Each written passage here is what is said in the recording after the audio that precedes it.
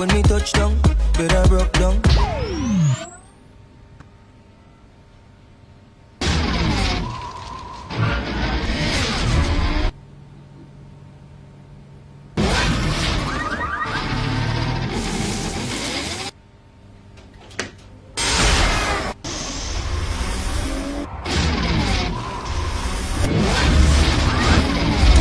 With Gamtel G-Fiber, now you can enjoy super fast internet in gigabytes. G-Fiber is affordable, stable, secured, and accessible to homes, businesses, and enterprises. With Gamtel G-Fiber, the future is speed. Gamtel, creating a brighter future in communication. That's how she became mine and see the.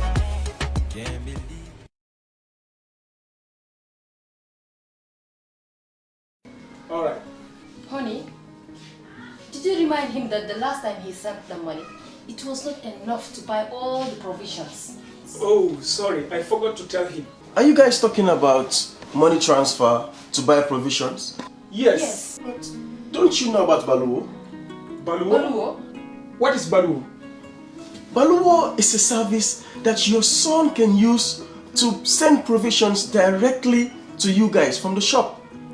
And you don't have to worry about the exchange rate. Tell me how Baluo works. It's very simple. Just log on to baluo.com and shop, or download the app on your phone. You can shop on the website or using the app to buy online basic products for your family and friends. With Baluo, you decide what your money is spent on. Your money, your choice. Buy online products for your family and friends in the Gambia, Senegal, Nigeria or Mali. Baluo, better than sending money. Are you thinking of owning your dream homes? EJ Investment is here for you. Secure our quality bungalows with 2, 3 or 4 bedrooms, or our story buildings 3 or 4 to 5 bedrooms at very affordable prices with flexible payment plans at our Sanyang Seaview Estate, where you can enjoy the cool breeze with modern infrastructure such as tar roads, covered drainage system, modern electrification with street lights, gated entrance with security posts, and social amenities such as gas station, shopping mall, medical clinic, park, schools, children daycare, and a lot more. Our dedicated team of professionals will keep the estate clean at all times, provide security and patrol team within the estate premises, install latest technologies such as CCTV, Wi-Fi, home network installation, solar panel, and power backup system. Also, check out for our additional home facilities and interior design service such as premium tiling, wall plaster, home landscape, fingerprint home lock, and a lot more. Visit our office at Senegambia Kololi Highway and get a free site visit tour, or contact us on 4464-838. WhatsApp us on 3259220. Or you can visit our Facebook page or Instagram on EJ Investments. EJ Investments, we are first in properties.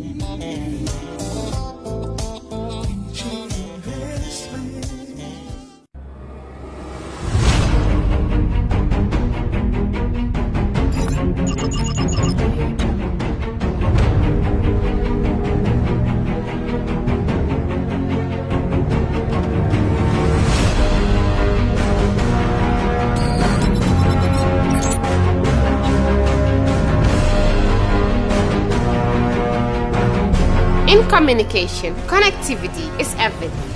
We ensure that the links never sleep.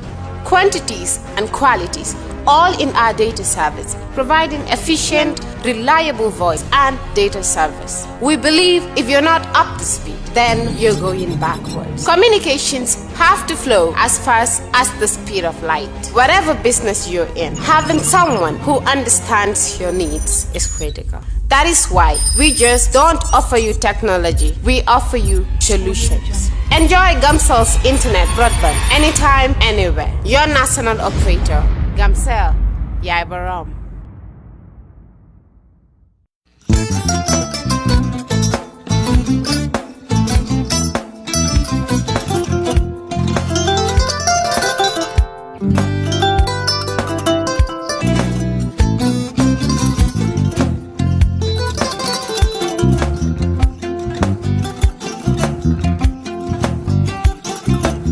Agada. Mbijan aganya. Albaka. Mbaka important. Yo, nga transfer la sto. Ya transfer la. Ha, code nyenje. Okay. Korsa. Nsila ID soto. Sa soto. Sorry. Agada. Mbijan bro. Albaka. Mbaka. Bara alla service o tariya. Mbare. Mo ki janna nun kunu bara tariya. Jannom yona forest de bureau. Gambia tonkon na no mbari ya bere. Birim koyna fo kato. Bari si kodo kino kato ni fo bolong blabe to. 56 branches mola sota Gambia jam. Ha? Gambia kono ani Gambia bantala bankol. Nka kono kiya bere. Kodo sifa fo falindiro fo nyaadi lafta memmen na kodi to poto nin kodi maraw. Jannam number 1 di nyonta. Andum fana nata anoda enterprise sotale. Wolam nyindi ko domorol fana kol fana be firale de dadi ma ni domorol ni fana be teata. Gambia dawda yalo ma fa kendol sotale je. Wo moy o diat. Apelenta ni wo ka ni lafta nyelen kendol e bina. Yalo bu kanyi la ko la baraka ba. Yalo ndel chosano lo. Abaraka.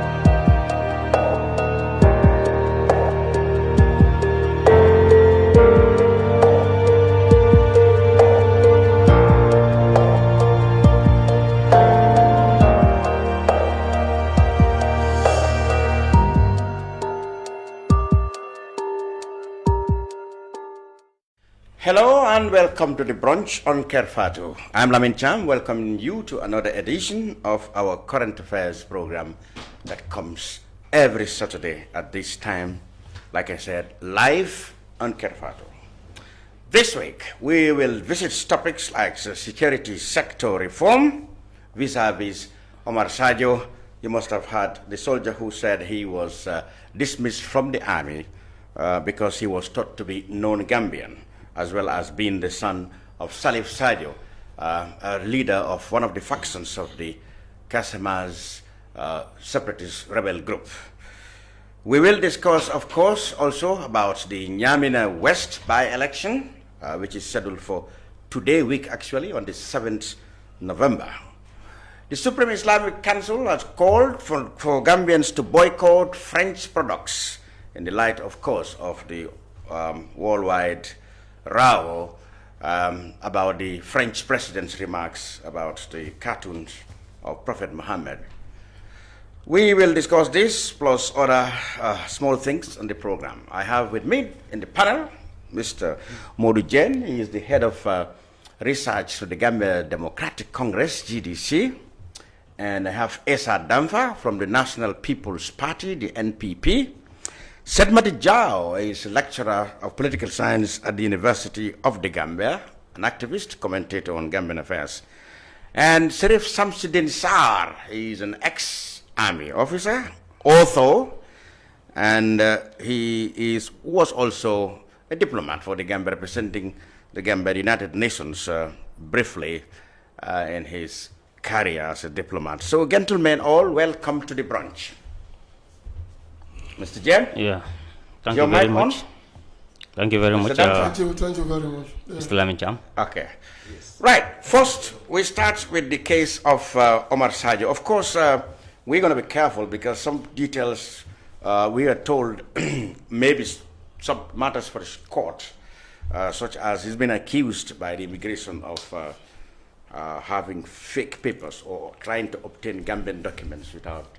So those are matters we will put aside. However, we had at a press conference organized by the Gambia government, 3 ministers or so, the Interior, Defense, Information, and the government spokesman were there.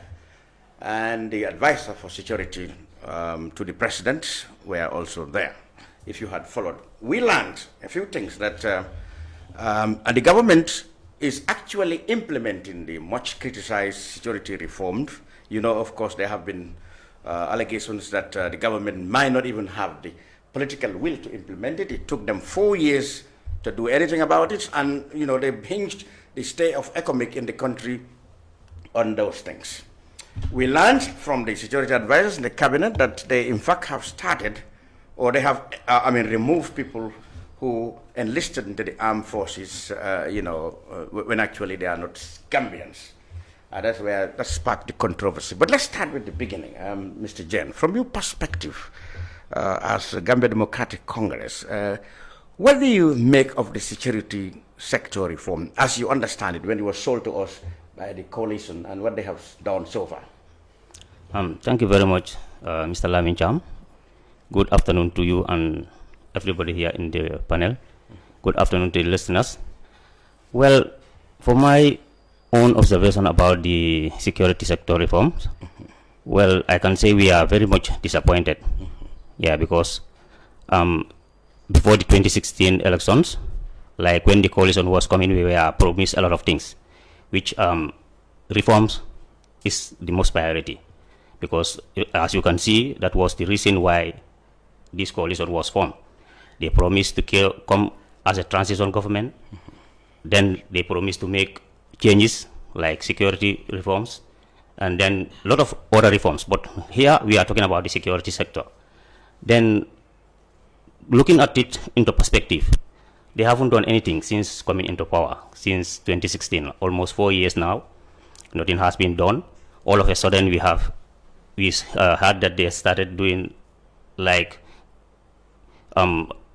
trying to, take people out from the securities, like dismissing them, downsizing them they were rather due to certain reasons best known to them, which we cannot understand at all. Because as you can see, for this case, the case of Omar Sadio, sorry, like dismissing somebody based on he is a foreigner when you don't have any tangible evidence is definitely a disappointment. It's a disappointment to the government. It's a disappointment to the coalition itself. And I think they have to take their measures very carefully. If you are to dismiss somebody, it should be based on tangible reasons.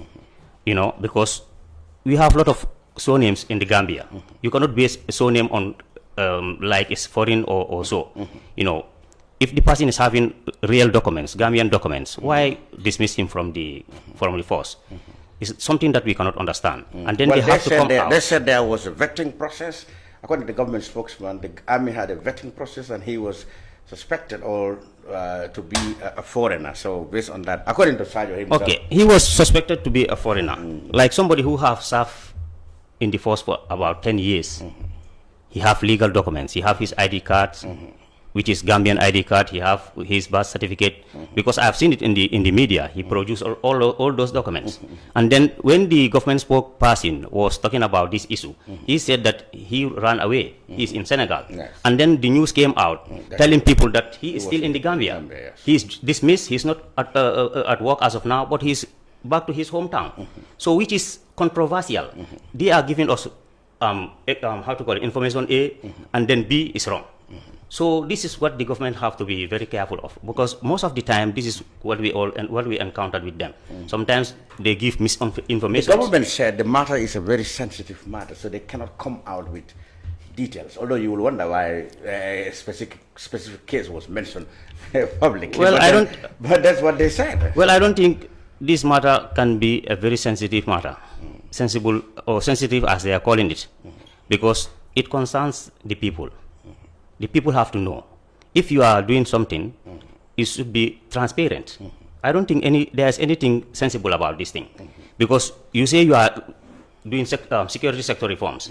You are starting with a process. The first process you do, you are failing already. I don't think there is anything to hide about this. Because they have to come out and then tell the people the exact thing that is happening. Maybe it may involve retrenching, a number of soldiers, or maybe police or something, because security is more than the army, and maybe they think those can have social problems. So the best thing is to keep it on the wraps until it is done. And then of course they said they must have to get money, to part with these people who might lose their jobs. As by way of compensation or something like that. What do you make of that? Yes, but as long as you came out and then published the dismissal, I think there is nothing else to hide. Okay. For my own view. I think there is nothing else to hide because you have already published it. When you don't publish it, then people will not know.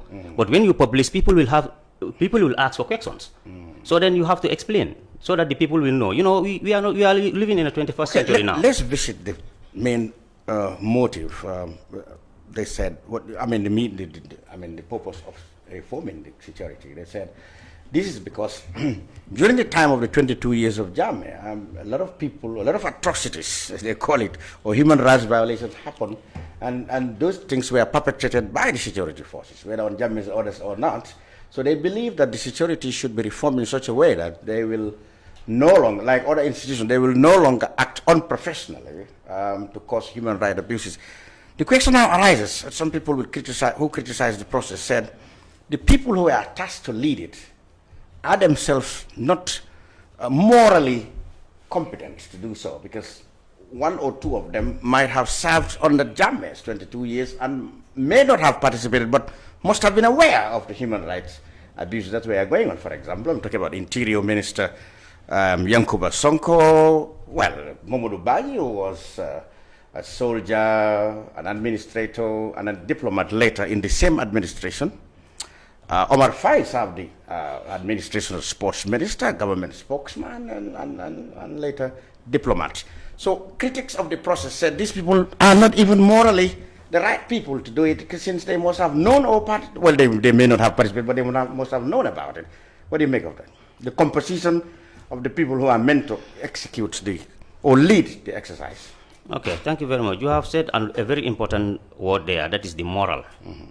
So I will go back to where we started, which is the reforms itself.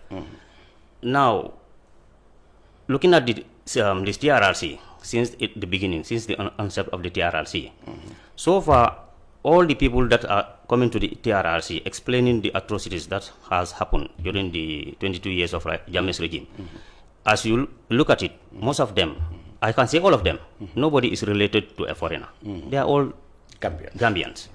And these are the people who have done all these atrocities to their fellow Gambians.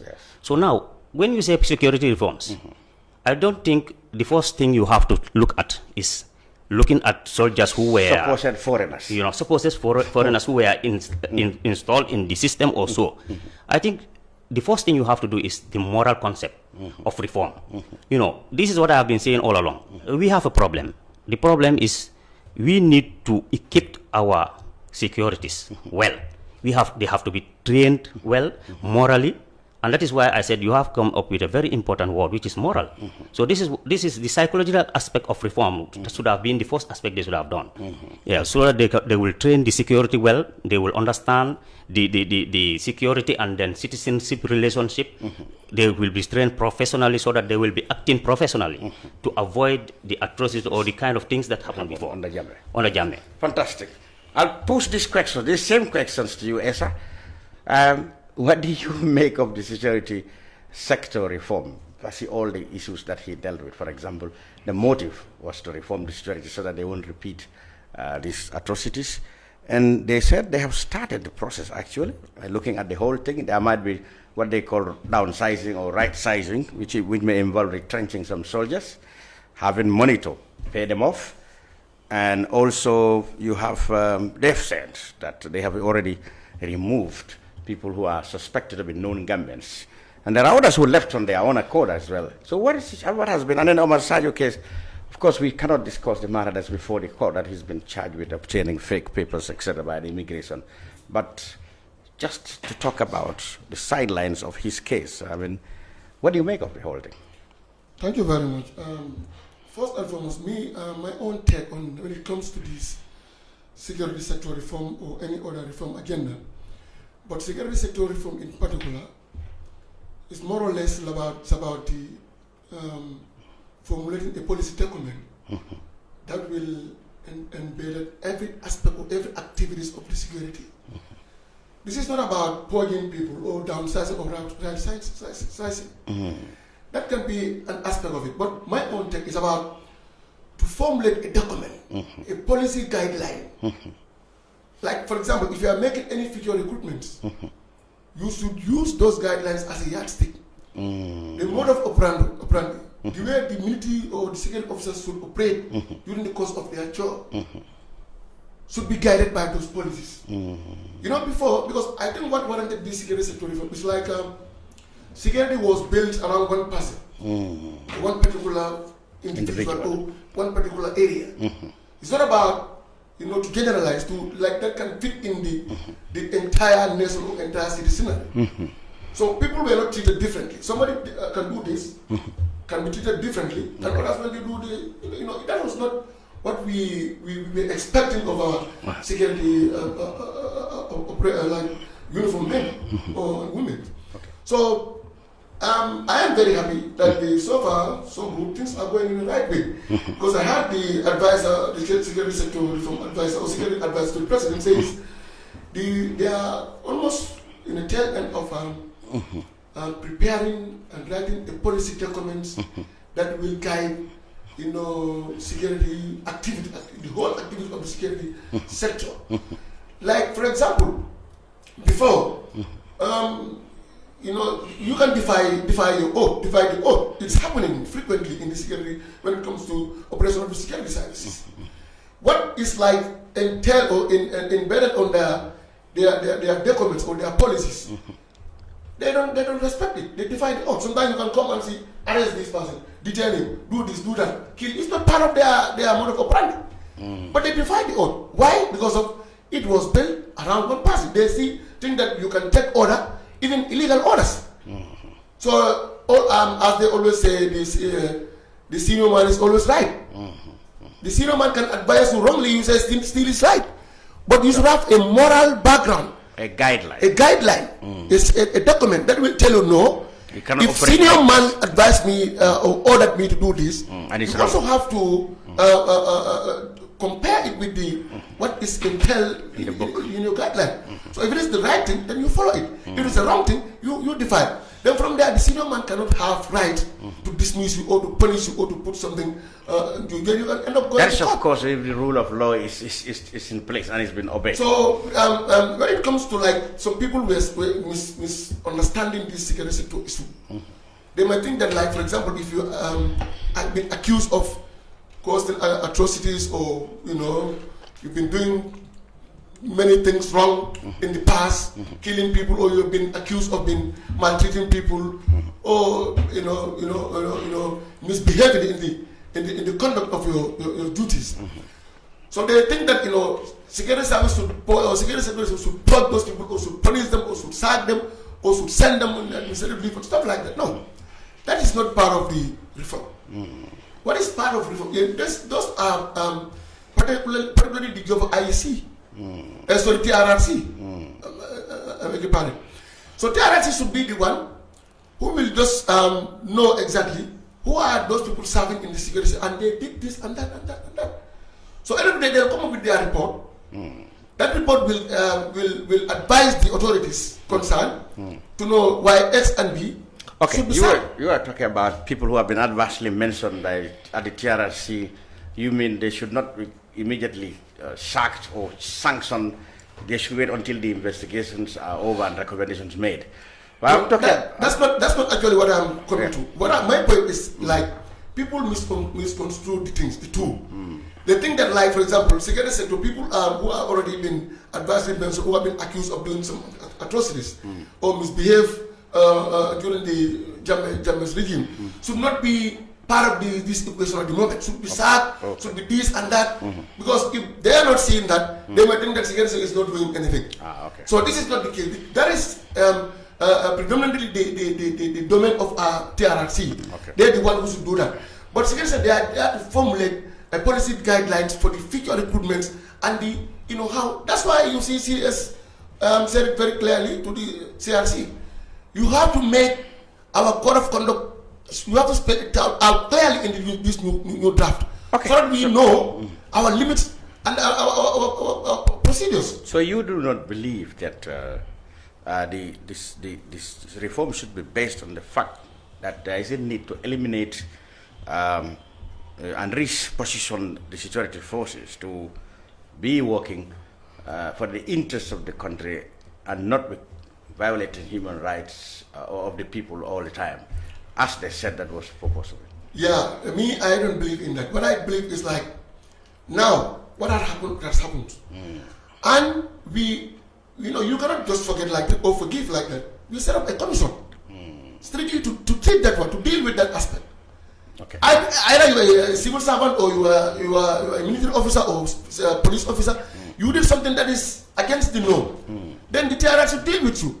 Okay. Now, but security sector reform specifically is there to at least to make sure now we avoid the reoccurrences of the past when it comes to the operation of the security. You don't think it should involve downsizing or taking out soldiers or police or city that we may not need? That will be, for my own take, that will be another problem, because you serve for 10 years, 5 years, 15 years in a particular entity. Now, they want to downsize, they remove you from there. And it's the only field that you know. Alright? Before they plan to give you money, let them leave you. They give you money to use as your emoluments, your salaries and stuff like that. You go until when you retire.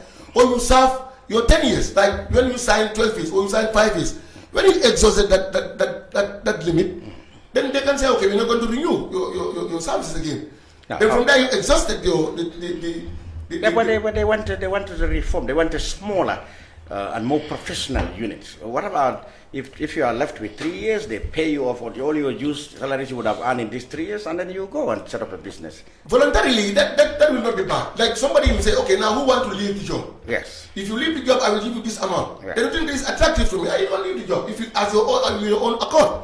But it's not going to be like forcing you, purging you, that should not be. or insinuating you with the bad things. Like, I don't concur with All that. right, Said Matty Jao, yes, I will hit all these questions to you again from one, the very reasons for the security reforms, how they are conducting it, and specifically this case of Omar Sadio, as as relates to others who might be in the same category, and whether in fact the people charged with implementing it are in fact morally the right people.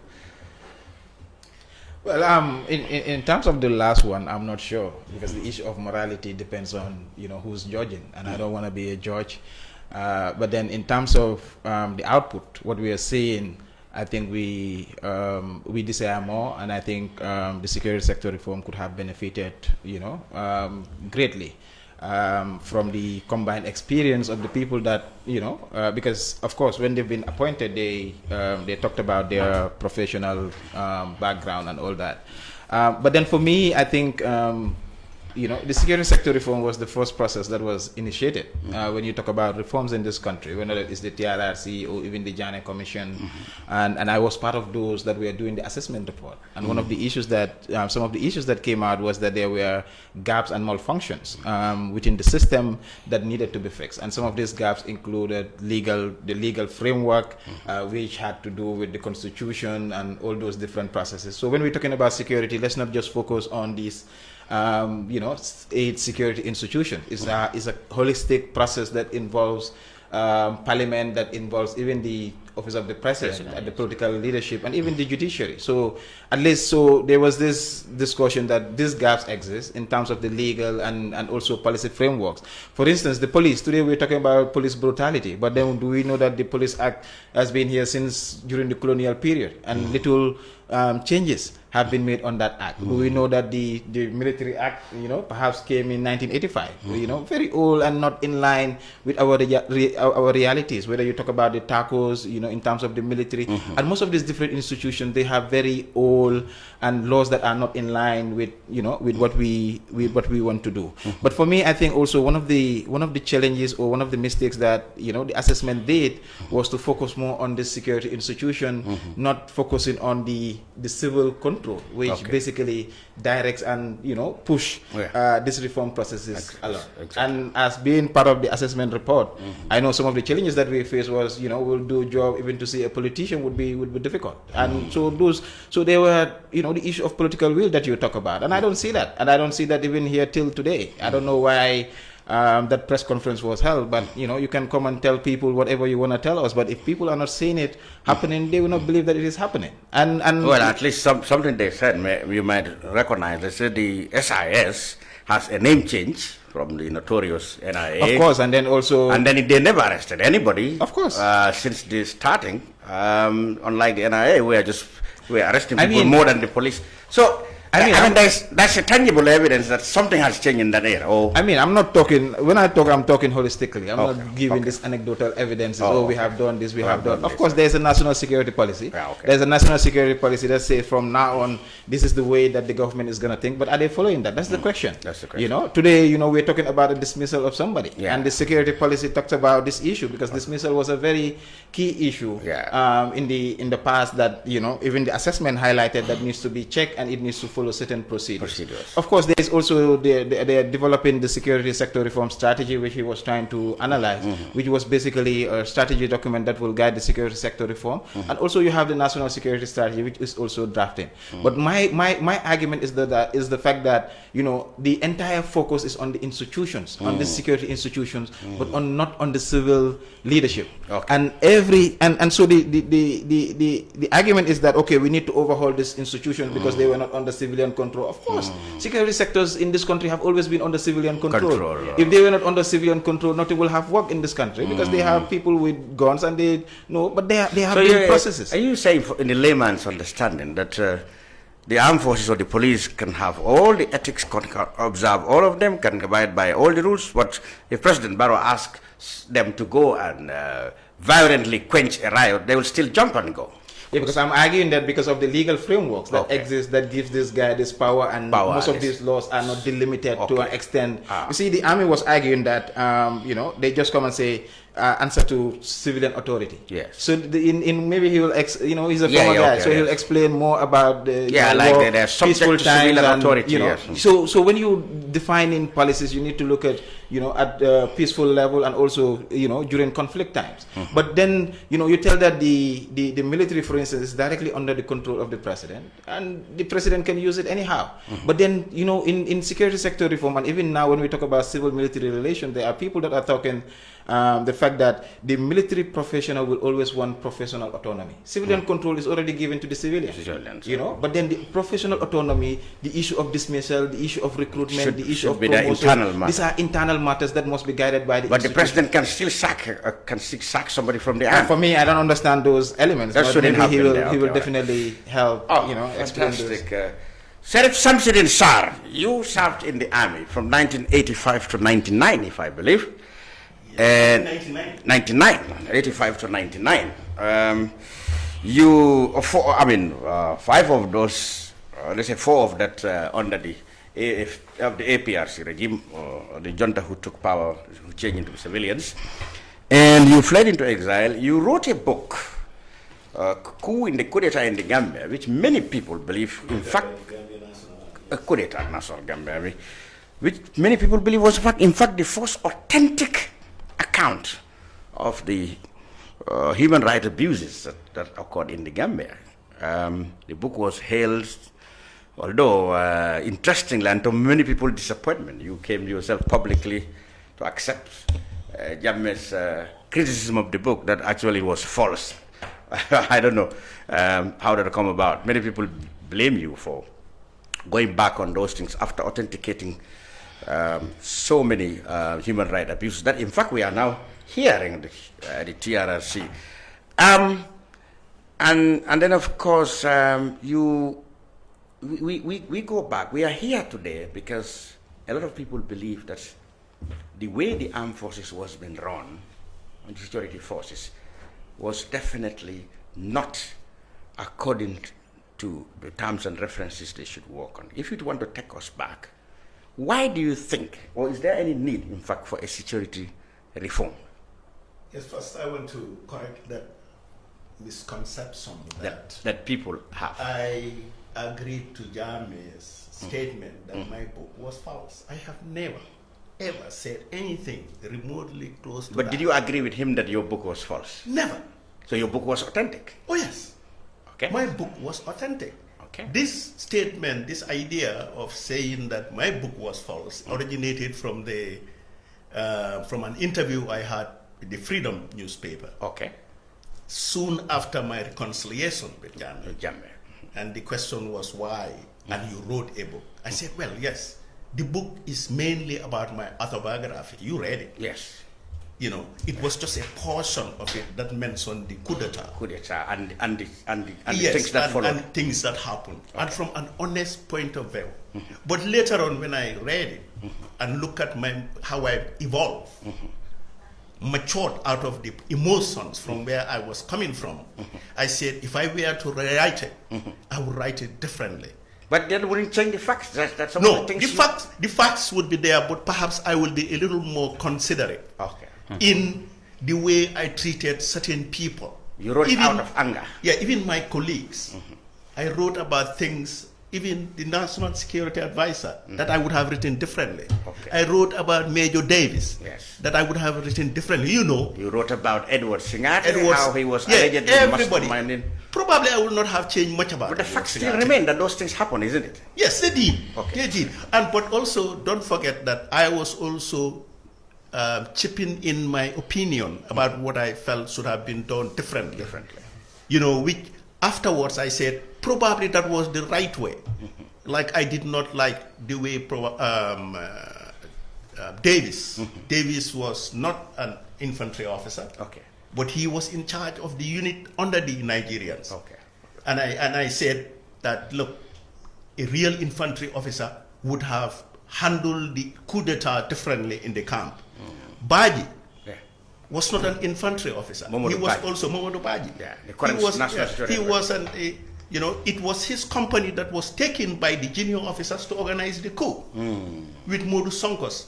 And I said that, you know, but in a way that was a little derogatory at the time, which I think I would have handled it different, because when I said to myself, probably that was what saved the country from a crisis that would have gone beyond what we saw that day. It transitioned peacefully. Exactly. But if those people, if infantrymen were on the ground in charge of the units, the killing and dying would have started at Yundum, and may have just turned into another 1981, you know, crisis we have. That's the only thing I said about my book, that I would have approached it. Never disputed anything that I have written. And everybody who read that book will know that these were solid facts. Some of them have been corroborated at the TRRC. At the TRRC. Yeah, that's true. So, you know, this is just So you never denounced the book? Oh, yeah, I never did. And you did not agree with Jammeh that it was part of lies. That's what he told. To be honest with you, I did not even see that interview. Oh, he said it. He said yes, I know. Sarr wrote a book about me and he wrote it a lies. But because you know what? I think that was Jammeh's way of, you know, also airing his, punishing me for the conflict we had. Yeah, okay. In fact, everybody. Sorry, I don't want to hijack the story from back to that, but you are talking interesting. How did you get to reconcile with him? I mean, when you left America, you were, seemed to be very credible. You were running anonymous article on an anonymous name on the Gamtel. You know, those were held to be really reference points. How do you turn around to reconcile and even serve him in a diplomatic mission? Yeah, because you know, like I said, it was my I had an anger problem when I left the country. Oh, I see. I was like the commander, and one fine morning, on some unfounded reasons, I was sacked, you know, humiliated, and you know, and I said to myself, even people came and said they could go to him and talk to him about it, because I used to talk to him every day. Say, let's go and talk to him. I said, no. This surprised me so much, and I know it is based on lies. That if it happens again, probably he will kill me, and later realize they were lies. And that's when I decided to leave the country. With, of course, when I left, it was starting all over again. I see. You know, and that really got me emotionally. And that's when I thought there were some secrets that I should reveal to the world to know. I am the first to share things that people didn't know about what was going on. Yeah, exactly. You know, a lot of people said that was even wrong. That an army officer had revealed secrets that are treasonable. You know, so, but I didn't care because I was angry.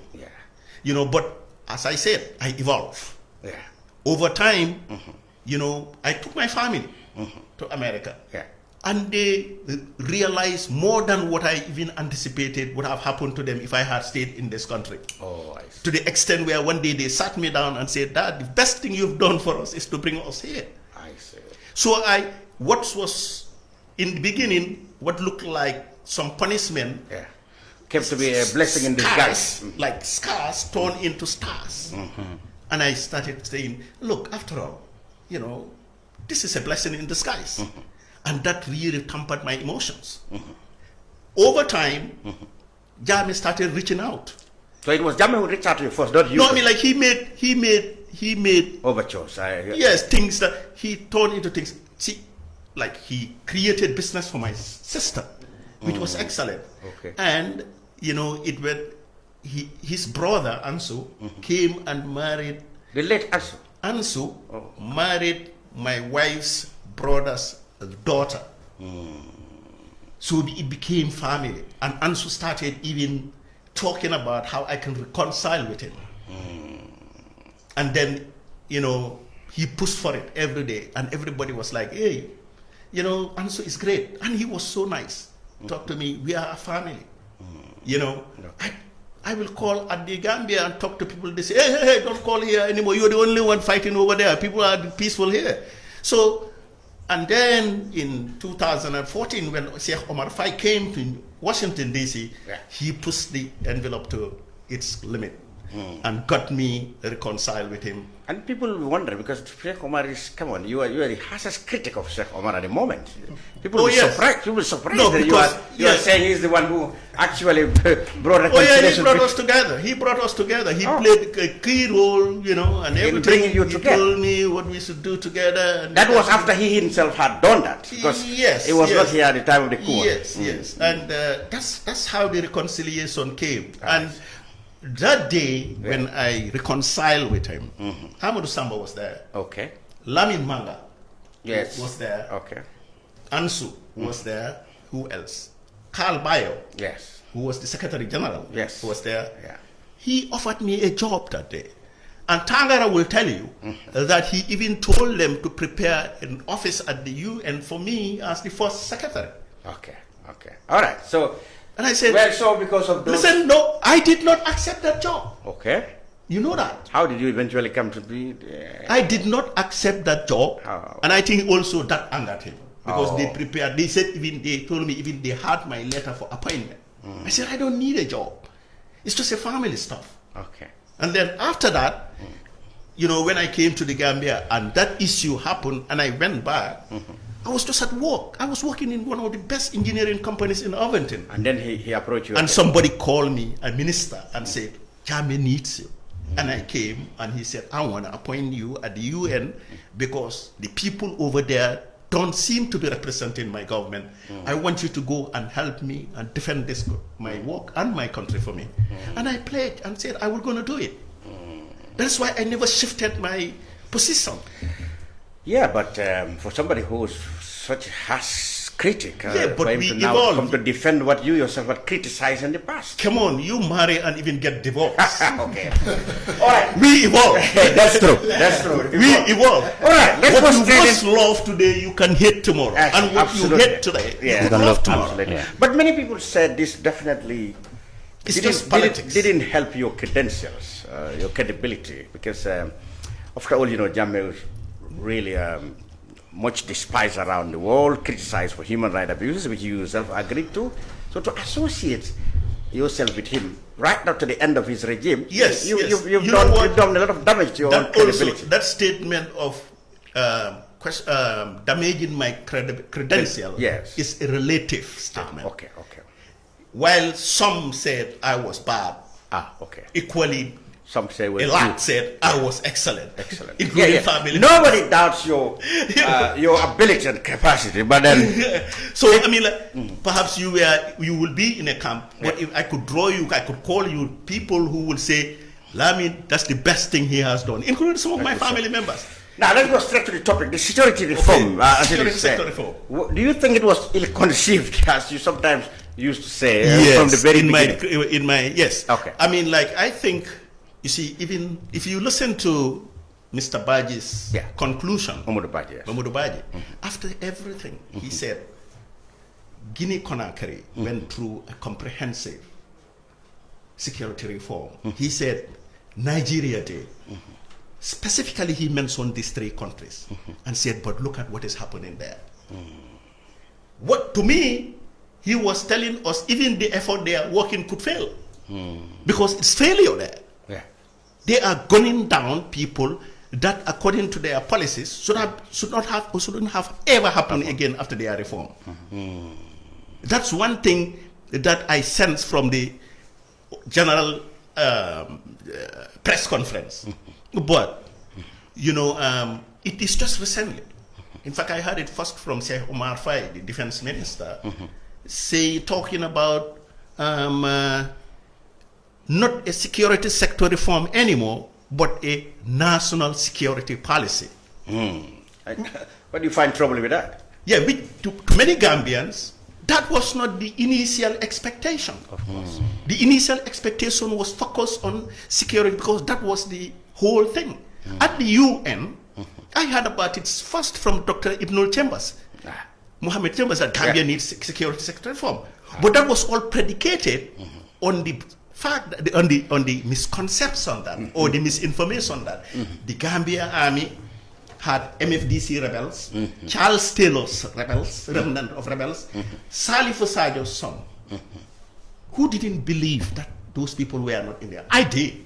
So it was echoed so much. And our ambassador sold that to Senegal, and that's what they sold to the Security Council. So everything was about reforming the security first, before you think about overall. It is now that I'm hearing this overall changes. National policy issue. Like Essa was speaking about. And 2, it was about not only reforming the security sector, to have them positioned in a more acceptable manner in a democratic setup, but above all, it would have given the exit strategy to ECOMIC to finally leave the country. Yes, that's what they said, yes. That's what everybody was expecting. That's what everybody was expecting, yes. Now, with the security sector policy now, it is stretched to 10 years. It would lengthen the stay of they said that it could stretch are they to now finding 10 years. a back way to justify the stay of the ECOMIC? They did not. They just said ECOMIC is so you doing think that this security reform, the security policy they are talking about now, it's going to stretch within for 10 years. So we are still we are going to be bogged down with ECOMIC for the next 10 years, because I don't see them finishing it anytime soon. But then, coming back to something mentioned about, I love his statement that they could have taken it easy, and perhaps soldiers they sign for a period, and they can phase them out easily if you think the undesirables should not be retained. Anybody whose time is up, you don't re-engage him, because that's where it's open to voluntary re-engagement. But you could say we are downsizing in a way that the person will not feel offended. And at least every year is the end of somebody's term. Yes, at least. So you could take that strategy, number one.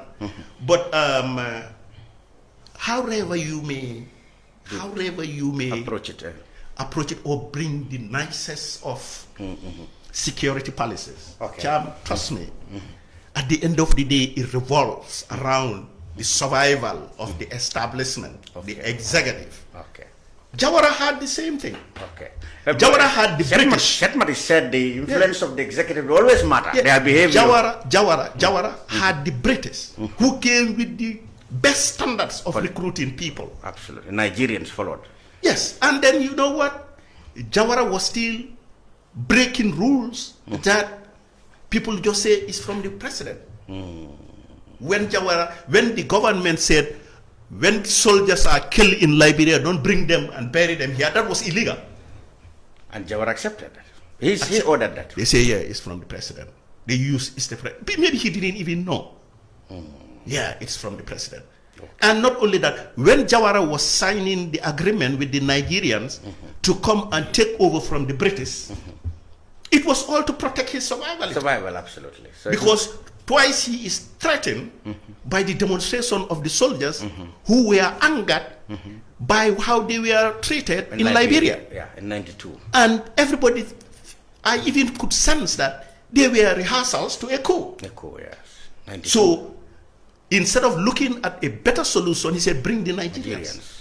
And they compounded the problem. Right. So you think this present government, by retaining the economic, are repeating the same mistakes? Oh yeah, and not only that, we're talking about expelling this poor boy, Sadio, just because he shared the same name with Salif Sadio. This Sadio Omar is a Jola. No, in fact, Salifu Sadio is a Mandinka. It's a they call a Balanta. It's a Balanta stroke Mandinka. In 1997, we arrested an MFDC rebel who was walking from Banjul to Serekunda around mile 2 a.m. And we brought him at army headquarters, no, police headquarters, FRI Jame. And he confessed that he was a rebel. And his last name, I still remember, was Sadio. But he said, I am in the Mandinka faction of the MFDC. Because it should be, after independence, when we have a Jola president, the vice president should be Mandinka. So it is a composition of different tribes. Even Jalos are in the MFDC. Yeah, Fullers there in Casamance, of course. Yes. So, I mean, that idea of targeting foreigners not to be in our security forces, it's a bad idea. Doesn't make sense when we look at the fact that the current presidential guard is predominantly Senegalese. Ah, well, there you go. And that is a unit outside the economic arrangement. And that's what is certifiedly non-Gambians. Absolutely.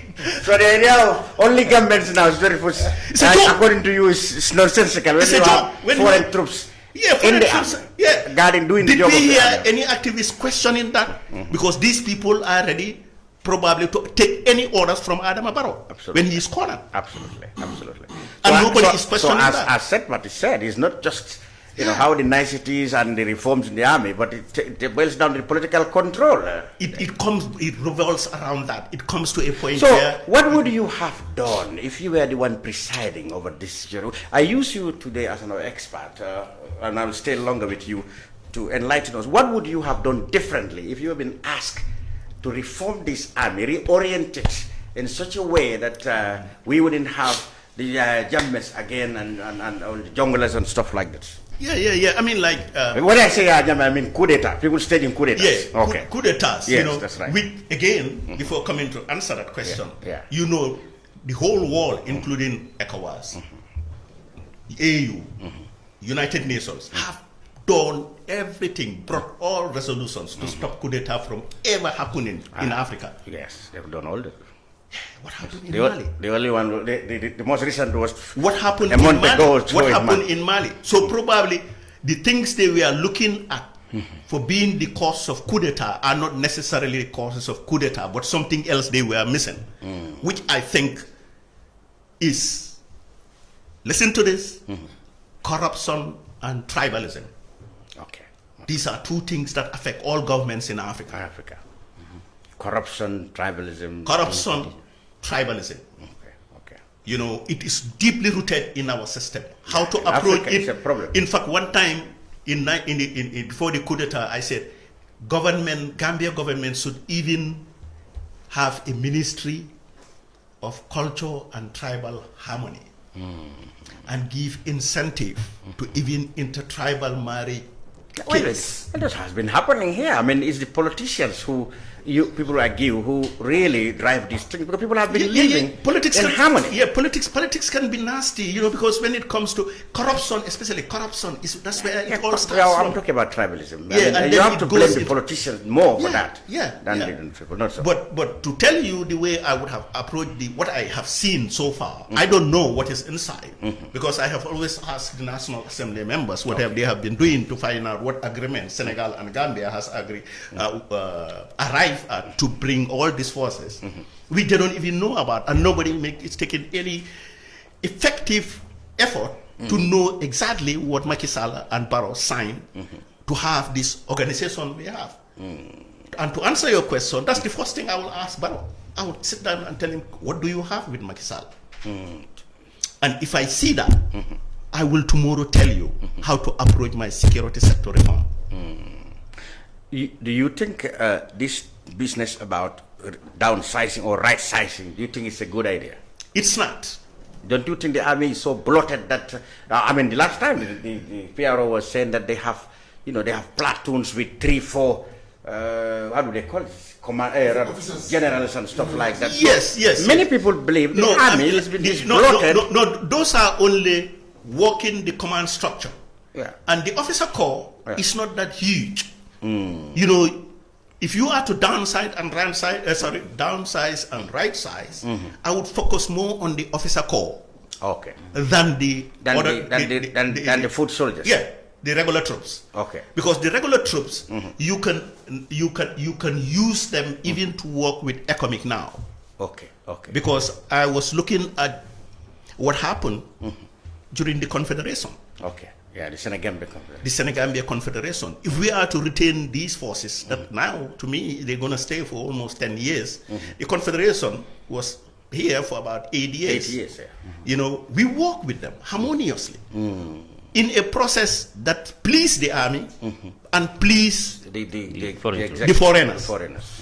Because out of 1,500 Senegalese forces in the country, outside the economic, and being paid by France. Do you mean we take some of the, our own forces and put them into the economic contingent? Yeah. They get and what? You know what? Based on, same enumeration, same. Yes. And you gotta assess them. Okay. That's where you can, in fact, make everybody separate the good from the bad. And make everybody happy. Yes, and rotate them. Now Senegal only enjoys it. France is paying them a huge amount of money, but they rotate their troops here. That's right. So, but why can't we? So if I get you, if at all we are ever going to have any reason for ECOMIC to stay, you will do something like how the Senegambia Confederation was. Yes. Get Gambian, good soldiers, depending on their performance, rotate them. They serve in ECOMIC. Another bad comes serving. Then everybody will be happy. Yes. And then there will be no competition. And not only that, in the event we run into a crisis where the police can no longer handle law and order. Civil disobedience or whatever. Yeah. And you declare a martial law where the troops come out. These guys could come out and leave the foreigners in the barracks. Yeah, okay. Because not only would they be legally out to go, but they will know we have a stake in this, in maintaining peace and law order, because we are gaining a lot. Absolutely. Okay. That's what it is. Yeah. I would have apologized there. But okay, I really want to stay with you longer, but I want to say a sound or two. I mean, he's our specialist when it comes to here. Of course, yeah. Of course, there are people who will criticize his ways, but we think he can enlighten us a lot. Sait? Yeah, I think I've been following his writing a lot, and it's always good that you see the other alternatives. Yeah. And for him, his focus is more around integrating, which I feel is also one possible way. But then also, for me, I think perhaps I don't know much, but I think going the legal route would be the fastest way. What is stopping? What is the problem? Is the malfunctions within the security? I am one of those people that believe that our army, well, we have done surveys that shows that people generally trust the army, and even right now in 2018, the Afrobarometer survey shows that almost the army was the fourth most trusted institution in this country. Yes. But what people are saying is that, for instance, the army, I'm going to specify on the army, that the army does not have all the tools, all the things that it requires to do its work.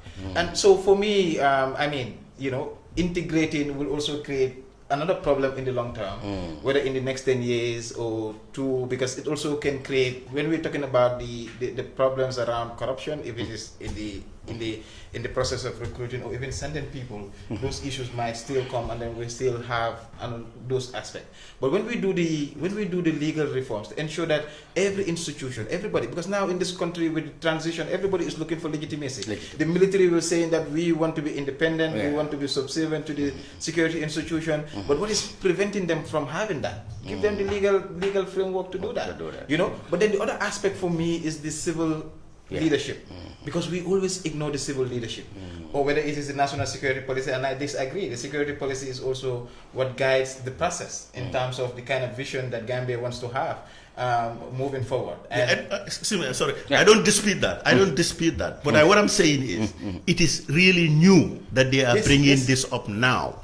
But throughout in the past 3-4 years, they were not. That was not part of their reform agenda. The SSR has become some kind of acronym. I mean, the everybody. NSP is part of the SSR process. Yeah, this is not. This was not clarified to everybody. Yeah, that's what I'm trying to say. That's what I'm trying to say, that it is part of it, and that's why it's one of the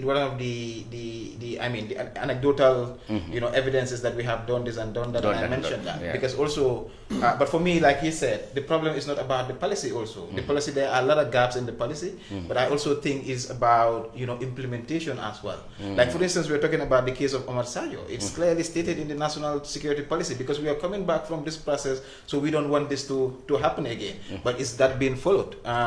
We can debate on that. So for me, I think security sector reform must be, we must reassess our security threats, what are the current security threats, and now even the security sector reform, they are trying to move away from this state-focused security into human security. What is the problems in this country? We talk about crimes and theft. Everybody is complaining about that. It's not, people are not complaining about the army. They're complaining about thieves and burglaries and all those different issues. So the focus must be, how do we ensure, because security is service. It's just like the water and electricity that we are enjoying. So we need to also get that. And right now we're talking about, I even think now the government is not sure what they want to do, whether to right size or downsize. And I did argue in 2018 that even the rhetorics that they are using might have an impact on the process, because they say, oh, it has been ethnicized, it has been that, it has been that. That's not the focus. The focus is more of institutional leakages, and the problems must be addressed through institutional reforms, and then reforming the security. The 8 institutions must not only stop there, but then the presidency, the National Assembly, civil society organization, the judiciary, all these processes must also be reformed, because if you arrest people, you take them to the court. If there are all these elements that need to be focused on. But then, like he said, it's also about the narratives of the past. It was Jammeh was evil, but even the abuses that Jammeh was doing was not based on the structures. If you look at the army in particular, it was outside the structures of the army. So we don't even understand how Jammeh was operating this security service. And training also. Yeah, and training is very important, because, like I said, like when I was army commander, we stopped the idea of taking illegal orders. Never did we take any illegal orders from Jammeh. If we send us an order that was illegal, we go to him and say, sir, it's a brilliant idea, but that should be a last resort. Then we tell him what we should do. So if you were there in 2000, you left in 99, of course. Yes. In 2000, if you were there, so the mass killing of students wouldn't have happened. Yes, the way things evolve, I cannot really base it on that, because I'm not on the ground. Yeah, you were. I want to really. But you were saying before you left. But yes, we did not. No, I mean, probably we wouldn't have evolved into that. Okay. We probably would have intervened before even talk to the students. I would have gone to the college and probably talk to them. Babukar Jata went into the streets. He couldn't stop the Yeah, but then that was after the eruption. It was late, yeah. That was after the eruption. But already the students were determined to do what they were going to do.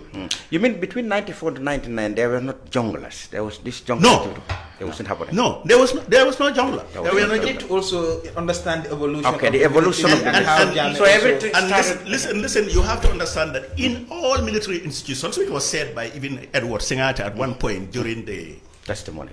His testimony at the Jane Commission, not T. Yes, Jane Commission. Yes. He said the basic first thing you are taught in a military institution as an officer is never to obey illegal orders. Okay, but then how often is this correct? That if a superior gives you an illegal order and you carry it out, you are equally culpable. So which is true. Yes. Because the officer can even tell you that I did not give you the order. So these are things that we have to, that's why I'm not very thrilled about the TRRC. Because everybody is, even Edward Singate, even Sana Sabali are saying we are taking orders from Jammeh. So let's just be realistic, because Lamin, we are faced with a very critical, we're on a crossroad. Even at this stage. Coming 2021. Yeah. And it's only theory, you know. So what we need to do practically to put this to rest, for people to trust their security and for us to be able to live in peace, not thinking of some armed resurrection or some mutiny or some coup d'etats, you know, atrocities against civilians. That's our worry. I think that's the whole purpose of this security thing. Well, coup d'etat that everybody thought will never happen has happened in Mali. You know, all that is happening now in Guinea-Conakry, killing and of people. Ivory Coast could lead to another coup d'etat. Oh, yeah.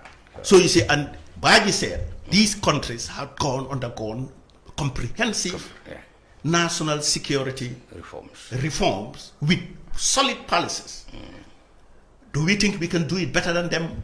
No, but the politicians come and muddy the waters together. Yeah, this is what it is.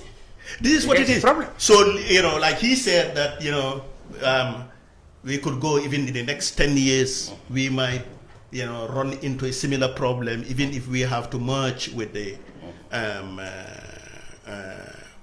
economy. But let's deal with today. Tomorrow, you know, we evolve. Let's deal with today. Okay.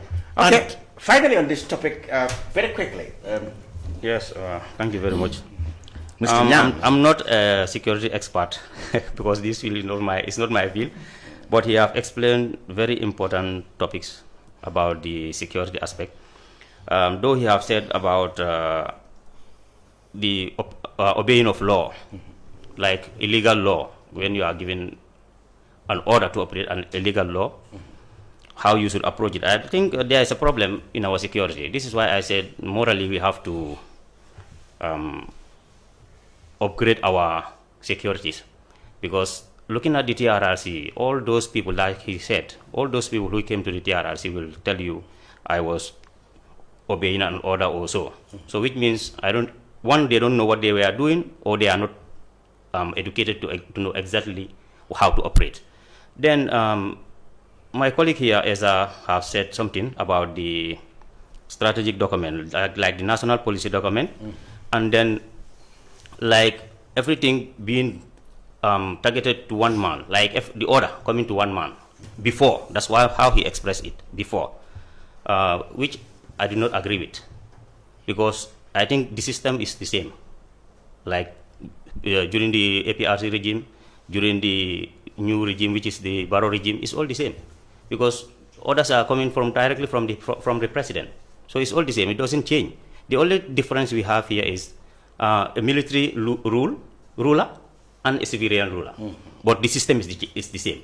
So the problem we have here, the reason why we don't have the security sector reform we needed is that the system has not been changed. We have the same system. If you have the same system, but we don't have soldiers in the street arrested people, or well, we don't have. That is why I said the only difference we have is a military and a civilian. Wow. Though Jammeh was, he said he changed from a military to civilian. As we said when we came here, once a soldier is always a soldier. So he have the same same kind of oppression as a soldier. But now we have a civilian rule. Though we, as you said, we are not having that kind of things, but yet still some similarities are occurring, because we have some kind of shootings which should have not been done, like the Faraba incidents, which, you know, is like the same oppression is being carried out. Police, yeah. You know, and then right now also you have some cases that people are complaining. Some are arrested, taken to police without, you know, being tried. You know, the same things. The same thing is happening. So some journalists are having problems like before. Jammeh's regime, where journalists were experiencing some kind of difficulties. Yet still the same thing is happening. Not on the same scale though. Not on the same scale. The scale is different. I don't want to, but you know, it's even happening in the case of the junglers. Okay. I think we should have been a little more transparent about the junglers. Different from the way their case was handled. What should have happened? Because they just rounded them up. Yes. And locked them up for 3 good years without being charged and being provided with legal advice until the TRRC gurus went to them and said, come and say what we expect you to say, and you go home. And that's what freed some of them, and those who are temporary. Yeah, but they went home. Yeah, I mean, if you had told me, if you had arrested me and locked me up for 3 years, no charges, nothing, and you tell me that, well, we suspect you of this, but just come and tell us that you did it, we'll let you go home. I will take the freedom. And if it comes to where legality is to be instituted and legal advisors provided, I could say, come on, I had no choice. I was caused into saying that. Okay, all right. Oh yes, that's it. So I don't even believe in the way they handle their issue, because there are still some of them who are in jail still, not charged, not provided with legal advice, because they refuse to accept what the TRRC told them to come and say. Well, the issue is not the TRRC. But the issue is not the TRRC. The issue is the government. No, but the TRRC. No, but the TRRC. But at the time, the Attorney General had said, if they had, the whole exercise was for them to come and voluntarily tell the truth. If they do so, and the TRRC is satisfied, because TRRC's objective is to find out the truth, then of course, in turn, the TRRC and the government, the Attorney General said, all right, these people have come forward and told the truth, so we're going to get them free. I mean, they had to even literally beg the victims to be able to free these people temporarily until the TRRC finished their recommendations. And they said those who refused to tell the truth will not have that privilege. Yeah, that's what I'm saying. So that's what I'm saying. My only issue is like, how do we establish the truth when the process is already on? For me, that's that kind of argument. I would not buy it, because at the end of the day, if the people willingly come and testify, I think they should be allowed at some process, TRRC satisfied them, because after investigating your case, they have established what they believe are truthful things. I mean, concerning we can only know and that then at the end. And then you refuse to go along those lines. I want to wrap but up they here. obtain statements from them. I want to wrap up here on the topic. Let me bring one example to you where the TRRC's investigation was flawed. Like you have seen the issue of this guy Omar Sadio. Omar Sadio, they said, was a rebel. But the TRRC never said it. No. I'm just telling you. Okay. Sort of based on his heritage as a Jola, Casamas leader. He said. And revolves around that. When Mafuji Sonko was brought to the TRRC as a star witness, who told them everything they wanted to hear, this guy never went to school. He cannot even speak and understand English. Yes. And was recruited in the army in 1993 before the coup d'etat. Yes. He has deep roots in Casamas. And nobody was interested in finding out how the heck this guy got into the army in the first place. But he didn't say he was from Casamas. He only gave his address. Deep roots in Casamas. But officially he gave his address as Gambia. No, they never even asked him about what school he attended. No, but I mean, they knew he was. Joined the army. Yeah. And anything of that. No, but I think they raised the general question of how people got into how such people get into the army was also a subject in the TRRC. Because not everybody went to school, so you cannot. That's right. You can. I mean, his case. He was a driver. I'm saying that he was a driver, and the difference is that he did not give his address as somebody who come from Casamas or something. And the TRRC's job at the time was to find out what the events he had witnessed, and not whether it was appropriate or how he joined the army. Even though, like you said, how such people who are not educated or not that had got into the army was also an issue for the TRRC. That's true. But the cases are different, I think. No, they're not. In the sense that, you see, like this guy, I think, his case, in fact, is compounded by the fact that, he did not finish school and he got into the army. I think that is one key issue that they are arguing now. No, the AP, we don't want to go into what this government spokesman said was that he was a non-Gambian, which he refuted. Yes, he refuted. He refuted all that, and then the government spokesman, did not say he was a son of Salif Sadio, but the boy said those are Monday notions that led to his dismissal by the army. and then also they also did not want to tell us more about the other MFDC rebels, the Casamance rebels, that they dismissed because they never existed.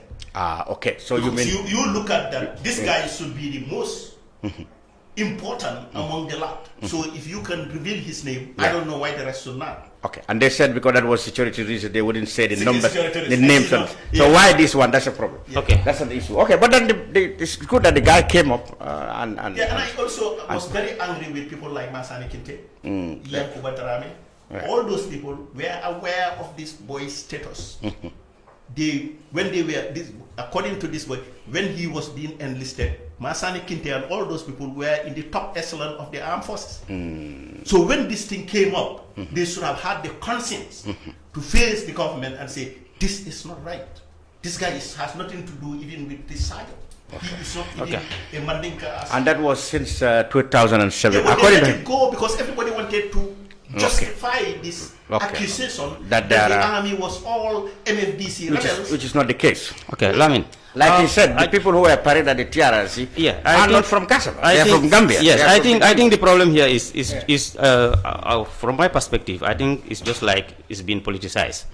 Yeah, because it's like the government want to show us that they are doing something about the security reform. When actually they are not. This is why they came up with this thing. But they have really not doing anything before. So then, like, no matter how good policy document is being prepared for the security sector or like anything that they have prepared, and then they are not implementing it right, it has no use. So, like I said before, our only problem here is the system change. The system does not change. If the system change, then the security sector reform will be easy to be implemented. Now, you know, we cannot afford to be here waiting for another 10 years for the how to call it, these people, for the economic to be staying here also. You know, I think they have to take another approach.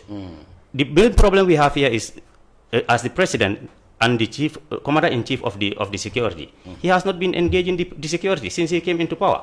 So he cannot sideline the security. I think reform number one is the president to accommodate the securities, and then, you know, work with them, because he's the commander-in-chief.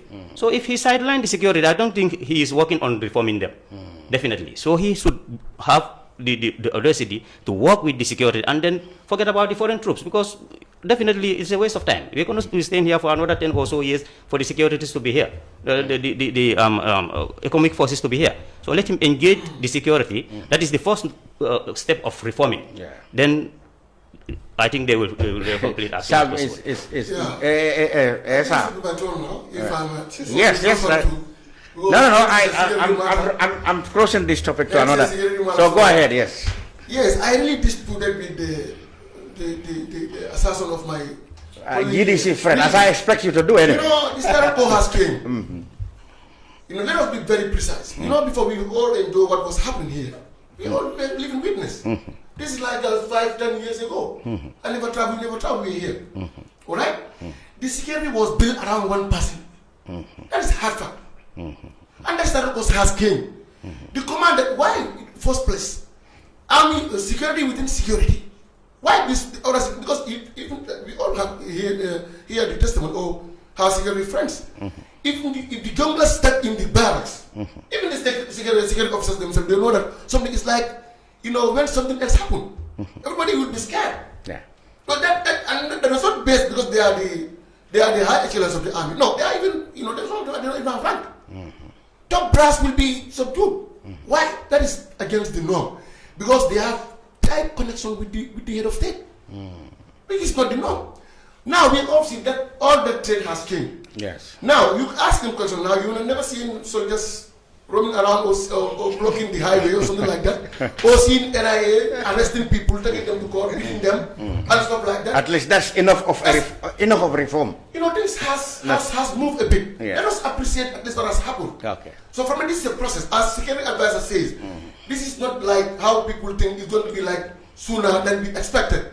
It's going to take time. This is a gradual process. My take on the whole issue is like, it's not about purging, downsizing, right sizing. The issue is like formulating a document, a strategic plan that will be used as a yardstick. But you spent 4 years. 4 years. It doesn't matter. 4 years. Slowly, but slowly will be there. What, 4 years? Let me come.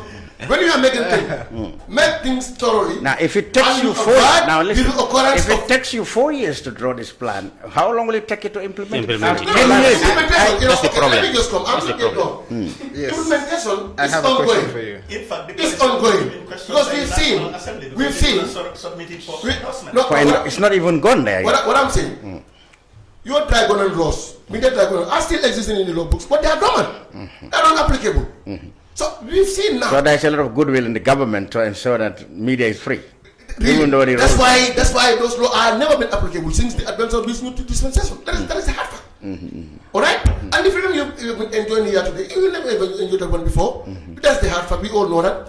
What I'm saying, the implementation state is even ongoing. We've been seeing how many riots here in this country. Before, I know that there's a girl who has been arrested, asking permit, just asking permit to demonstrate. Going right to ask permit to demonstrate. You arrested, they beat you, and they've been flying this country. I mean, university lecturers have been arrested under this government.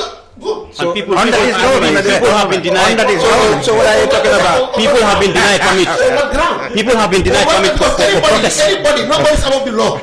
University lecturer or police or any other person, you can be arrested. No, for unlawful arrest. If you are unlawfully arrested, you have auto I give you to court. You are lawful. Okay. But if you are lawfully arrested, then you are even me, I can be arrested. If I am suspected of doing something wrong, I can be arrested. If you are wrongfully arrested, then from there you have a question to ask. Okay, so I really agree with you, and I believe in your.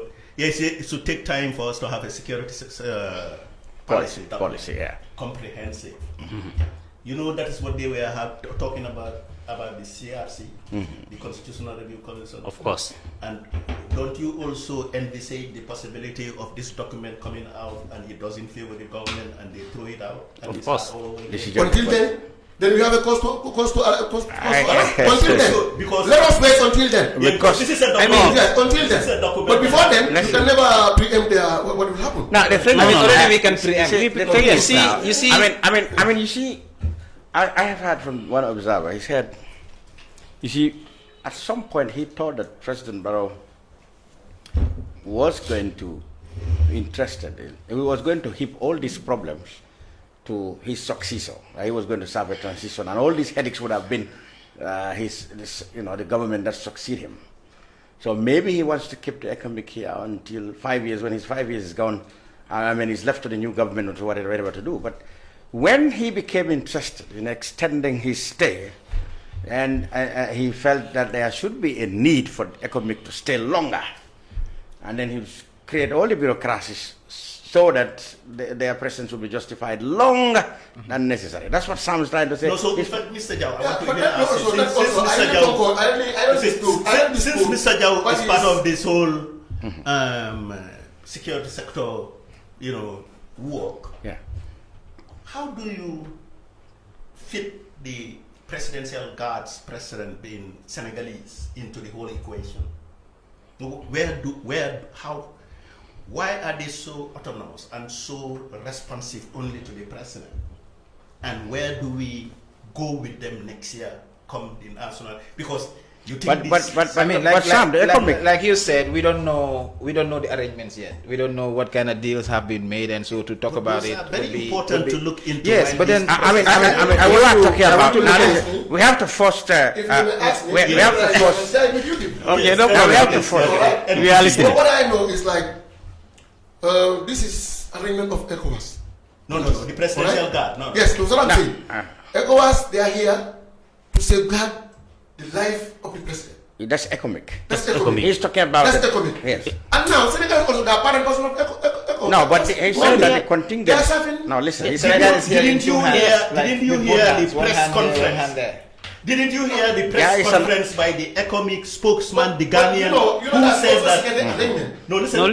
Just listen to him. He explain. No, but the economic spokesman, the Ghanaian, came out plain and said the Senegalese are outside their own arrangement. This is between Macky Sall and Adam Barrow. Yes, of course. This is an empirical. That's an empirical fact that Gambia government authority and Senegal they signed something. Yes, if Sam is that is what we want to know. That's some money is what we want to know. Not only security aspect. Sam is saying a lot of bilateral arrangement that they signed. Yeah, but then that's why every year they have a presidential council. That's why it should be made public. It should be made public because it's not his. Assembly. It's not personal. So what you are telling me is everything is done just for the presidency, the executive, but nothing for Gambia. These are things that we should document because if tomorrow by incident or by accident, Macky Sall is out or Adama Barrow is out, what guarantees you that this arrangement will be out? It depends on any government. You can just, it's subject to review. You can review that. Yes. I think we Senegal confederation, as you said, Mr. Dampha. Our problem is transparency. Problem of is transparency. Yeah, that's our problem. Our transparency. That was our delegation. All right, gentlemen. I think we will have to close this topic now and go straight before we go to the politics. Of course, the GDC and the NPP are the ones in the battlefront for the Nyamena West by-election coming on the 7th. We will have a word about that. But let's talk one topic because we've taken a long time on this one. Security, yes. That's the Supreme Islamic Council. Very, very, very quickly, Sam, before you go, has said the Gambia should join other nations, Islamic nations that is around the world who felt offended by the remarks of President Macron of France, basically supporting the caricaturing of Prophet Muhammad by Charlie Hebdo, etc., etc. Sam, when you heard that, I mean, we haven't heard anything from the government on that matter. I mean, yeah, you asked me about that earlier. Yeah, the way I look at it is, it's a very difficult situation. The world has been disintegrated by the Western world. The Arab world was orderly. Of course, you talk about dictators who are running them and they want to transform them into democracies that we are not welcome. And in the process, destroyed the peace and tranquility they were enjoying, turned their countries into hell, and wanted to enjoy a life of heaven. But to some extent, they even accommodated from guilt some of the migrants who came in. But in the wake of COVID-19, it made their conditions worse to an extent where these people, the only thing they depend on now for their survival in this world is to pray and wait for life after. And they bank all their hopes on the Prophet. If you want to tell them you're going to ridicule that person, then what hopes do they have in this world? No more hope. But should we Gambians start boycotting French products, as the Supreme Islamic Council want us to do? What do you think would be the position of the government? They haven't said anything yet. They haven't said, but the government would not. Know with this government. They're just waiting for the wave of everybody. When Africa say let's go, they all go. I see. They would not take listen to any individual. What Senegal is going to say. What Senegal say? Have you heard anything from Senegal? And Senegal has not said it's a very delicate one. It's a delicate one. When you said that the French are supporting the Senegalese here, what would the government say? Because they already benefited. Yeah, that's what I'm saying. Do you think if they say anything, they yank out the payment to economic. They cross the border. So it's safer to keep quiet. So do you share that view? That at least the government will not agree with Supreme Islam on this matter? I don't think so. I think for me, the Supreme Islamic Council as an advocacy organization, they have every right to express themselves and then even call other people to join them. But they often agree with government on many matters. But but then at the end of the day, they've also been disagreeing. When it comes to the religion, I don't think they usually agree with government on that. And for me, that's one of the observations that I've seen. And I think this is a matter of religion, and they. But what I will say is just to pick from where Sam stopped, that the world is so polarized right now. I mean, it's not only France. Even in Gambia here, we have issues during the constitutional process where Muslim, Christians here, we want this, we want that. I don't think that's the way to go. At some point, we need to sit on the table and then.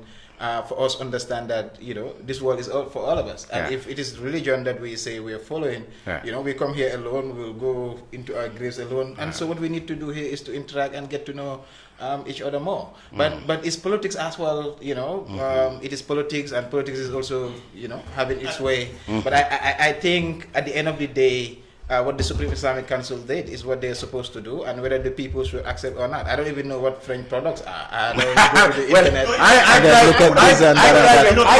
drive a Peugeot and a Renault. If you want me to, I just use the facility. I don't know who created what. I don't like terrorism in any fashion you use it. Yeah. But being provocative is also unacceptable. Yeah. We all know what happened at the Charlie Hebdo issue, and that really caused a serious, terrorist attack in France. Now this guy, I probably out of frustration, maybe a meaning in life, a life that probably needed an attention. Nobody knew about this party. This French guy. And for some strange reasons, he went on to touch on something that was so sensitive and expected to get away with it, knowing that the French, in fact, they always say the French immigrants, especially from the Muslim world, almost 60% of them are unemployed. Everywhere they go and they listen to their names, they don't give them jobs.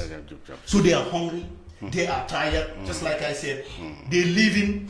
The only reason they probably will not commit suicide is because the Quran said if you commit suicide, you don't go to hell. Absolutely. And so what they expect their heaven to be the last thing they are leaving for. Yeah. So if you ridicule if you start ridiculing the heaven I am expecting to leave, suddenly I will disrupt your paradise on earth. Okay. Because they don't believe in the paradise on this earth. Exactly. They believe in the paradise up there. That's it. So what Macron did was really irresponsible. Yes. As a leader, you shouldn't have that statement was irresponsible. Should the government follow, or should the citizens follow the advice of the Supreme Islamic Council? Boycotting French? My take on this very quickly. When it comes to the issue of faith, it's very sensitive. People need to be really tolerant about each other's faith, and not so also don't to dash on each other's belief. So we have to respect each other, either we are white or whatever, and the stand that Supreme Islamic Council took it's very, very, that's what is expected of them. Supreme Islamic is a government-subvented institution, an independent institution for that matter. That's their mandate, is to at least to guide Muslims in the country. So should we follow? But how is government subventing Supreme Islamic Council? How are they? Are they giving them money? Yes. Their operational cost. Do they do that for the Christian Council? Yeah, they do that one. For the Christian Council? Yeah, do that. I think you need to clarify. I'm not quite aware. I know what I'm telling you. Okay. I know what I'm telling you. That's a row between the two. That's a Majlis and this council issue. Yeah. But when I didn't know government was funding it. When it goes to government attention, why I know that? They told me this is like a well-recognized institution, Supreme Islamic Council. Yeah. So we cannot have two parallel institutions working the same thing at the moment, because we are subventing this one. So you can also claim your subvention, because one of the claims of the Northern Majalis is they also be recognized and be subvented. I didn't even know that government. The Supreme Islamic Council is an association. It's just like any other. It's more like a civil society organization. I didn't even know they have been given money by the government. No, for me that's a surprise for me as well. I didn't know that. My take is it's not like an ordinary association. It's a human organization. That's what I'm saying. That's why they have a role. They have a role when it comes to advising government when to pray and when to do this, when you want to decide it. They don't have that power, that link, that legal binding authority. How can they write to the president? But they don't have the legal binding, because sometimes they announce very quickly on different days. But then they're on a call. Come on, you're confusing us. Yes. They are old. Yes, I listen now. This depends on your individual. Do you agree? Do you can agree to disagree. Okay. Of course, I agree. That's an empirical fact. Sorry. Of course, I do agree with them, because it's very unfortunate to hear the kind of comments that came out from President Macron as a leader. I listened to one scholar, and he said discriminating people, marginalizing people, saying sort of things that is going to harm a certain group does not justify freedom of speech. And he's very right. Macron just say whatever he feels like and I think he is like operating under the norms of freedom of speech. We are talking about religion here, and there are a lot of followers of the Prophet Muhammad sallallahu alaihi wasallam. So you cannot just caricature somebody and then say bad things about him, and when you have a lot of followers behind him, that's a problem. So then the Supreme Islamic Council saying we should boycott French products. They really in support of it, because even me, I'm offended. If you go to my Facebook page, all along I have been posting all kind of things regarding this issue. So now, talking about the government, saying something about it, I don't think, as Mr. Sarr just said, I don't think this government will ever say anything. They will just sit and wait for the people to decide. They are too close to France. But I think if Macron should have the guts to say whatever he feels like to say, I think our leaders also should stand by their people and then denounce his comments. Like Erdogan did in Turkey. Yes, as Erdogan did in Turkey. Erdogan don't wait for the Islamic leaders. Yes. Such as and in Gambia we have a population of I think about 90% of Muslims. Or so. And we are supposed to be hosting. It doesn't matter whether it is the Muslim affected or the Christians affected. We are hosting the OIC. Yeah, we are supposed to be hosting any group which is our way should be harder. Yeah, even if the two are not related. Even today, if it was the Christians who were affected, I think the president should stand and talk on behalf of them, because he is the ruler. He is our ruler. We expect him to be defending his people. Okay, very quickly, I want us to leave the studio together. So maybe Sam and Jao said will be out of this. But I want to ask you, the by-election is coming today weekend. I'm observing the elections. You're observing the elections? I was there. Sam is the soldier. Yeah, I gotta go. You gotta go. So yes, we have 5 minutes. But you can stay in the studio. No, you can stay in the studio. Very quickly. Sam, I want to call it. You can follow here. Yes. The GDC is holding, has been the party holding the seat in Nyamina West. Yes. They won 1495, less about 300 votes more than the NRP who contested. Yes. 200 something, less than 300. Yes. But then, of course, at the time, the GDC was fighting alone. NRP was supported by UDP and other coalition members who did not put up there were 290 votes between them. Yes. Today, the NRP is not contesting, but they are supporting NPP. NCP is supporting NPP. Henry's party, EPDP, and others are supporting the coalition. The coalition. What is left of the coalition are supporting the NRP, rather the NPP. GDC has some sympathy from UDP as well. So, are you hopeful of retaining this seat? Now, the NPP is gone there, allegedly with money and huge power, etc. Are you still confident they won't beat you? Yeah, Mr. Cham. As you said, I'm still confident that we are going to retain that seat. Because Nyamina West is also a stronghold of GDC. Yes. Likewise, Jokado. And then, as you rightly mentioned, during the last parliamentary election, GDC was alone. But the candidate which came second to GDC, the NRP candidate was supported by the coalition government. Other parties supported him because at that time UDP was part of the coalition, and then UDP also have some kind of support at that area. As of now, UDP is no more supporting NPP because they are not campaigning for their candidates. So they came to join hands with GDC and then make sure they will support the GDC to retain that seat. But looking at it as it is, on the ground right now, things are moving on well. The campaign is going on. From here, I'm going straight to Nyamina. Wow. Yeah, and then the people are on the ground, and then the information I'm getting, and then pictures and videos are circulating. GDC are campaigning well. People are coming out in numbers. They are showing their support to the GDC. Hopefully, we are going to win that seat, of course. How confident? Because the NPP said this is the litmus test for them. Politically, they meant to take the seat, even though, you can argue this cannot be yardstick to measure their popularity around the country, because the constituency is a concentrated area. Okay, you might have a lot of supporters in that area, but not necessarily the others, even though the government is keen to take it as an example of their popularity. But they went there full force. I saw pickups and NPP convoy big, and they're talking big. Yeah. They are allegedly. Of course, they are talking big, and they have been talking big for a while now. Can you survive this one? Of course, we can survive it. They have been talking big because since they came up with the idea of organizing this party, they have been going around. They have been talking. Most of the time, they are saying they have support, a lot of support. But generally, what is on the ground and what they are expressing is quite different. Yeah, they have a good propaganda team. They are propaganding everywhere. But what is happening on the ground is not. It's very, very different. Dampha, you want to take this seat as an example to tell people that you are popular, even though this is just one constituency. It cannot be yardstick to measure your popularity around the country. I mean, the opponent said you are afraid of calling a by-election in West Coast, even though the law said that because you know you will lose there. But how confident are you? And allegedly you are pumping money. That's true or false?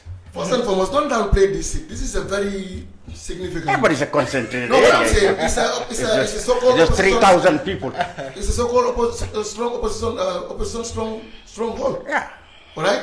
If we like from the party that support the coalition, then we can see that maybe it could be an easy right, or it could be like not that much significant. But this is from GDC, and also in combination of UDP. Now, when we beat them. But to be frank, GDC, to be frank, we all know the basis for these parties. We know from the beginning that constituency is always an NRP or GDC. UDP has no influence, very little support. DOI has virtually no support there. So this battle is between NPP and GDC. That shows the others are just silent, like NCP has nobody over there. That shows you our supremacy. No, the NCP. Because we registered, we are not yet in lunch. Now listen. So now, if the honest parties know that they have no support, they even decline to put their candidate. And NPP, a child that is not yet even been christened, they have the ball enough to contest into that seat, then that shows you we are very supreme. We cannot march. They cannot call themselves supreme. Now they are crying. That's why they seek hand from the other left hand side, UDP. Okay. But I am very much happy to see the combination of the two, because I know they even know that we very much powerful of one of them. Now they are combined together, and we're gonna beat them mercilessly. We are contemplating on one thing. But let me tell you one fact. Let me tell you one fact. The UDP had always known that they have no influence there. That's why during the elections of 2017, they didn't even put up a candidate there. But they supported no, I mean that's what I'm saying. They know that is not their base. It is NRP. That's why they didn't put up any candidate there. So if you defeat GDC, you cannot say you have defeated the UDP alone. You defeated the solidarity of UDP, but not actually UDP. Just hear me out. Hear me out, Mr. Chairman. Okay. UDP has been claiming that they are the bigger party in this country. But they recognize a bigger party who is only waiting to go to state house, just 2020 election. Yeah. Then you could be able to spread your but data to all every corner of this country. But they recognize even a single word. Yeah. A single word. Yeah. You should not lose it. You should not lose. You should not fail to but put up your candidate. They recognize it. You must have before. But they recognize. No matter how big a party is, Mr. Dampha, let's communicate, please. Why they have that one this time around? Let's communicate. Something is working for them. No matter how big a party is, Now it's my turn. Okay. No. It's my turn now. Yes. You already done your thing. Yeah. You know what we said in our language in Mandinka. So that means you cannot rustle a rustler without being. They will always find an excuse. Now they said money. We heard that they said Mama Kane strong is Nyamina because he has been doing a lot of projects there. Yeah. They said he did go home to them, he promised.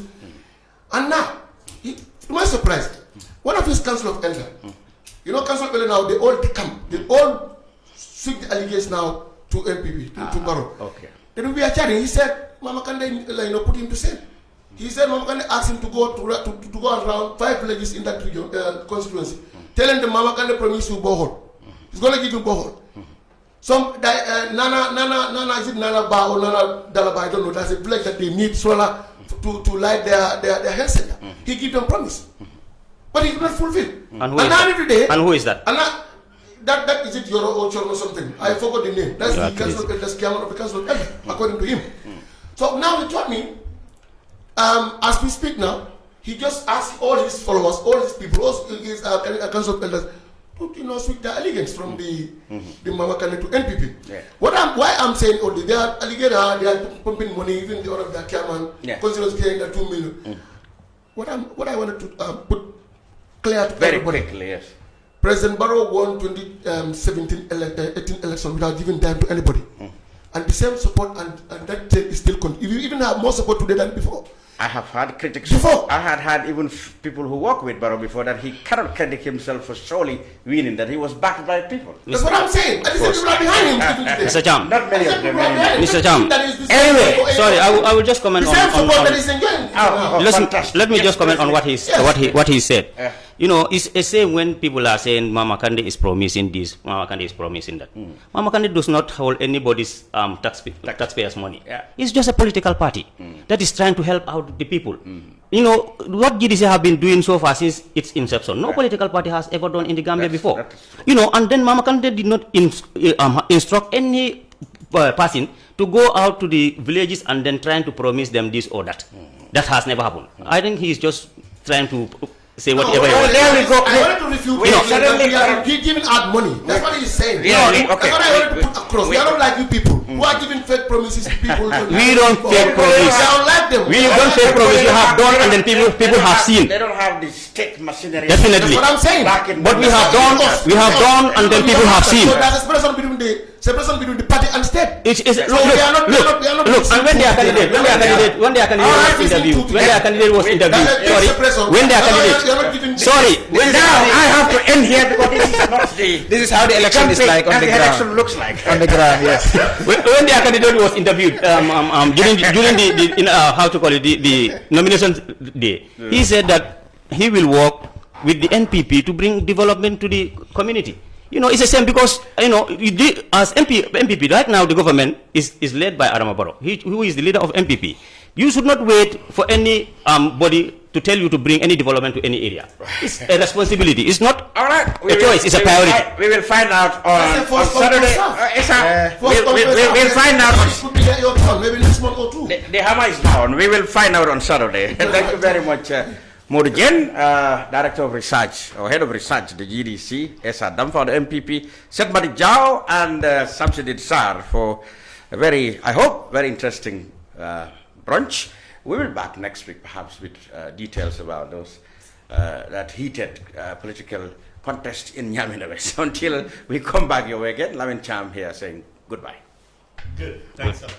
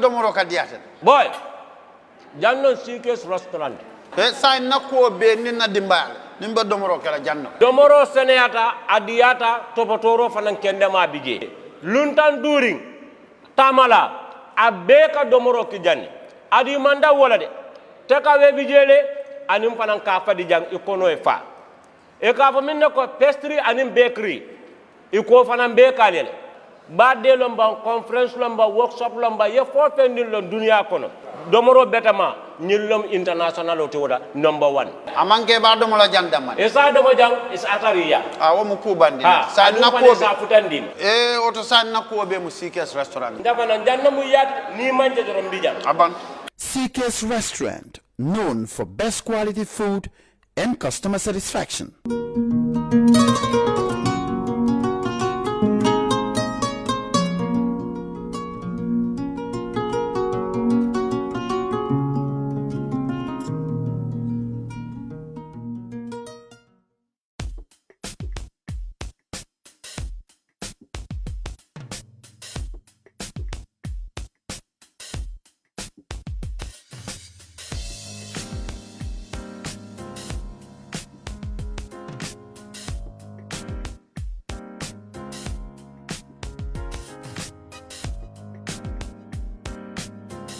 Miss B Designer Outlet is the #1 quality and affordable stop shop for all your needs. Get your evening dresses, suit and ties, office wears for both ladies and gentlemen, beach wears, sport wears, pure leather shoes for men, quality belts, bags, heels for all beautiful ladies, original perfumes, accessories, and a lot more.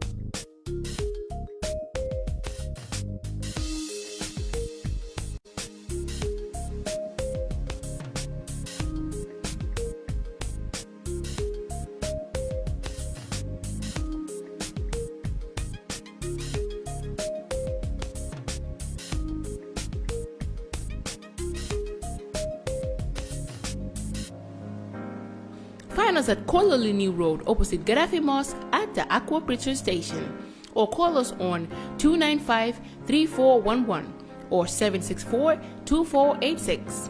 Miss B Designer Outlet. Shop right, look good.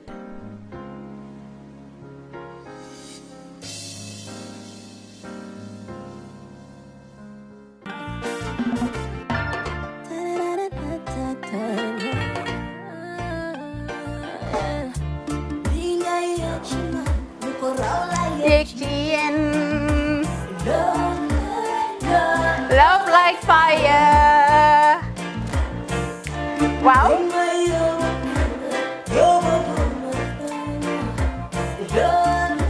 Love like fire. Xam ngeen rek affaire bi xam ngeen fan la?